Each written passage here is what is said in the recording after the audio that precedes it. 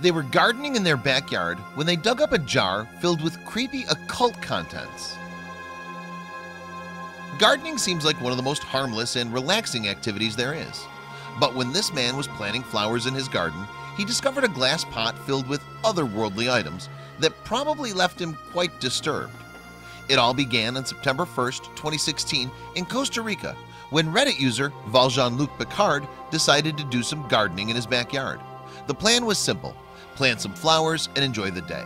However, as he began digging down into the ground, his trowel ran into something solid, and upon further inspection, it seemed to be some kind of glass object, perhaps a bottle. When he finally dug the mystery object out of the ground, however, it became apparent that this was no ordinary discarded bottle. Indeed, what he found was a large black jar covered by tape. His first thought was that the jar might contain money or drugs that somebody had hidden away but never collected. Another realistic possibility was that it was a time capsule, a container full of items from the past meant to act as a means of communicating with future generations. However, what the jar really contained was far more bizarre.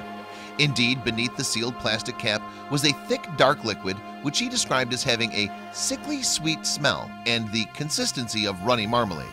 But that's not all. Suspended in the strange liquid, he discovered an old photo.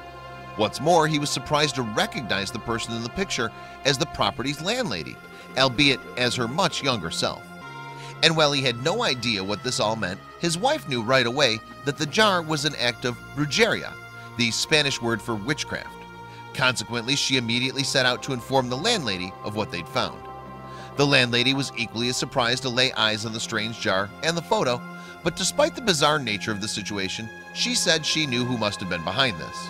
As she explained, it was almost certainly the work of a woman who lived on the property around 15 years previously.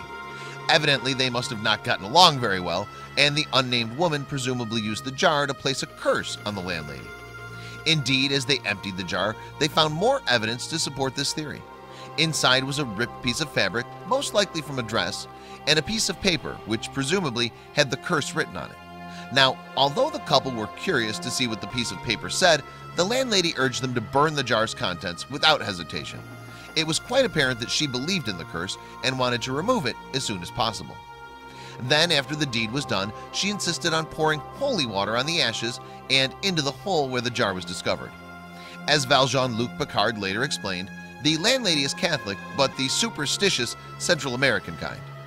But despite the strangeness of the story, he revealed that the locals were not surprised at all. As Valjean-Luc Picard explained, pretty much everyone here knew what it was just from me saying, "Guess what I found while digging today?" Apparently, witchcraft is still a very common thing here. Indeed, the practice of witchcraft and the belief in its powers is very much alive and kicking in Costa Rica. In fact, a large number of people continue to see witches and warlocks to help them do everything from solving love problems to placing curses on other people.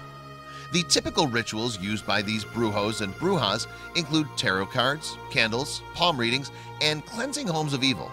While some of these practices are also offered by practitioners of the occult in the West, they don't seem to be nearly as popular. In fact, just 2 years ago, a Costa Rican woman paid $140,000 to one Maestra Sonia to remove a curse that she believed to have been placed on herself and her husband.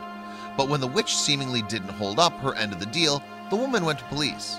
It's quite likely that the woman who buried the jar in the backyard some 15 years ago procured it from one such modern-day witch. And while the concept might sound ridiculous to some people in the 21st century, the landlady certainly believed the curse was real. It's thought that these beliefs stem from Costa Rica's pre-Columbian history. Mesoamerican civilizations, such as the Mayans, practiced both witchcraft and sorcery. And despite the arrival of Columbus and Christianity, these ancient beliefs seem to have survived to the modern day. But in spite of the apparent strangeness of the story, you'll be surprised to hear that witchcraft is growing in popularity in the West too, especially with younger women. And while these stereotypes would have us believe that witches worship Satan and sacrifice animals, modern-day witchcraft is much more about a connection with nature and spirituality than placing curses on people.